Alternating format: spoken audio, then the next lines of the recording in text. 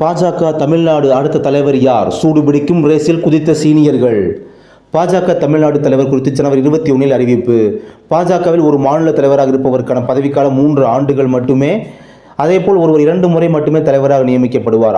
ஒருவர் பார்த்தீங்கன்னா 2 முறை மட்டுமே தலைவராக நியமிக்கப்படுவார். இந்த பாஜக விதிகளின்படி கடந்த 2021 ஆண்டு தலைவராக நியமிக்கப்பட்ட அண்ணாமலையின் பதவிக்காலம் நிறைவடைந்தது. அதனால் அடுத்த தலைவரை நியமிப்பது குறித்த பேச்சுக்கள் சூடுபிடித்துள்ளனர்.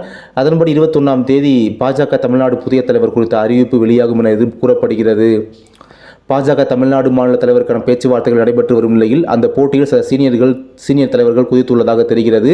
போட்டியில் ஏற்கனவே அண்ணாமலையின் பெயரும் உள்ள நிலையில் பாஜக எம்எல்ஏக்கள் நயினார் நாகேந்திரன், வானதி சீனிவாசன் ஆகியோரும் போட்டியில் உள்ளதாக தகவல் வெளியாகியுள்ளது. அதோடு அண்ணாமலை மீது அதிருப்தியில் உள்ள சில சீனியர்கள் இவர்களில் யாராவது ஒருவருக்கே ஆதரவளிப்பார்கள் என்று கூறப்படுகிறது. பாஜக தமிழ்நாட்டின் புதிய தலைவரை தேர்ந்தெடுப்பதற்கான ஆலோசனை கூட்டம் சென்னையில் நடப்பதற்கான ஏற்பாடுகள் நடந்து வருவதாக சொல்லப்படுகிறது. அந்த கூட்டத்தில் மத்திய அமைச்சர் கிஷன் ரெட்டி கலந்து கொண்டு அடுத்த தலைவரை தேர்ந்தெடுப்பதற்கான பேச்சுவார்த்தை நடத்தி வருகிறாராம். அதன் பிறகு தமிழ்நாடு பாஜகவின் அடுத்த தலைவர் யார் என்பது தொடர்பான பரிந்துரைகளை கட்சி தலைமையிடம் அளிப்பார் என தெரிகிறது. இதன் அடிப்படையில் பாஜக தேசிய தலைமை பாஜக தமிழ்நாட்டிற்கான புதிய தலைவரை தேர்ந்தெடுத்து வரும் 21ஆம் தேதி அறிவிப்பதற்கான வாய்ப்பு இருப்பதாக தெரிகிறது.